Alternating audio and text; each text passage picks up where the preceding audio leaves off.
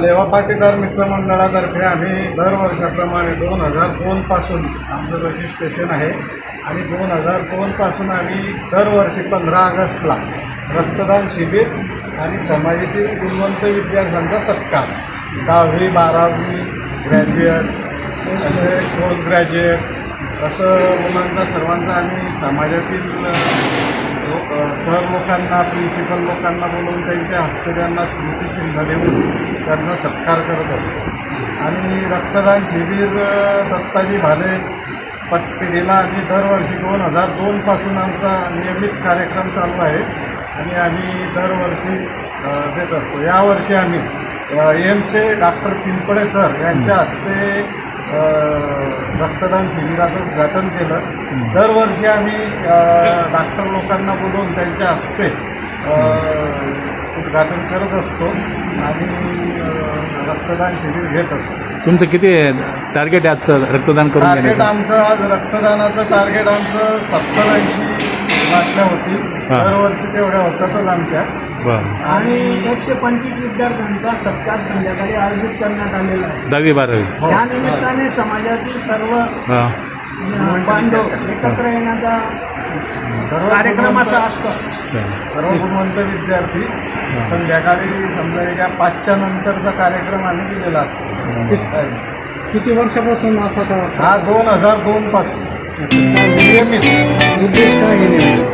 उद्देश समाजातील मुलांना प्रोत्साहन मिळतं, त्यांना ट्रॉफी देतो, त्याच्यामुळे त्यांना थोडं प्रोत्साहन येऊन पुढे अजून ते थोडा अभ्यास अभ्यासक्रमामध्ये समाजातर्फे त्यांना प्रोत्साहन देऊन ते अभ्यास करावा व त्यांनी पुढे प्रगती करावी हा उद्देश समाजाचा आहे. त्यात पाटील समाजाला तुम्ही काय आवाहन करणार या संदर्भात?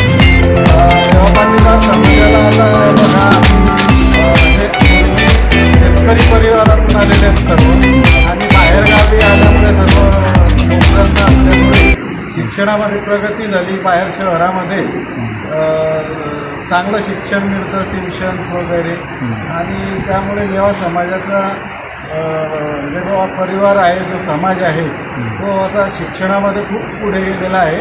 डॉक्टर, इंजिनियर सर्व प्रगती करून पुढे जात आहे. बरेच विद्यार्थी बाहेरच्या देशांमध्ये सुद्धा लेवा समाजाच्यांनी नाव प्रावीण्य मिळवलेलं आहे. बरेच फॅमिली फॉरेनला आहे.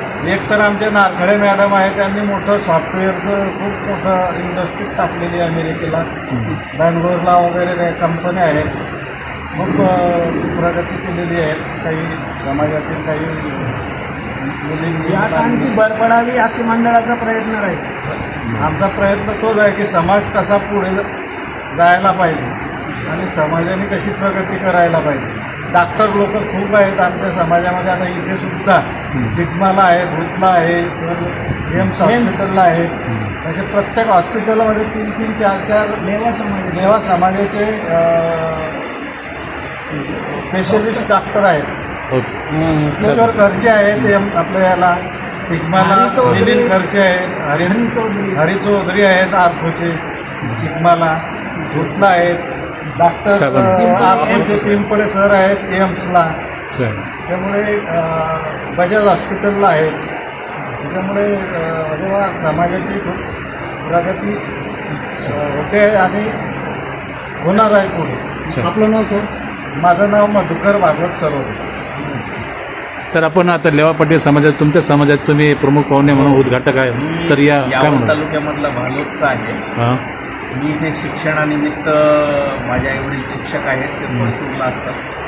मी शिकून मुंबईला हिंदुजा हॉस्पिटलला आणि अंबानीला हॉस्पिटलला होतो आणि 13 वर्षापासून एम्स हॉस्पिटलला आहे.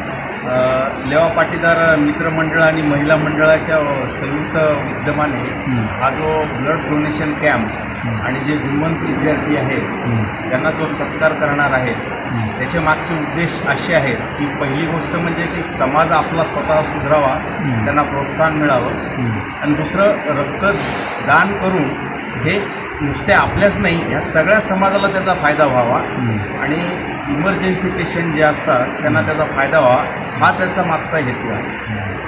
आणि याबद्दल मी अभिनंदन व्यक्त करतो आणि मला बोलवलं हे मी माझं आणि काही म्हटलं की आपल्या डोळ्यासमोर रंगा येते, राष्ट्रहिताचे स्वर कानावर पडतात आणि मनामध्ये एक वेगळी भावना निर्माण होते.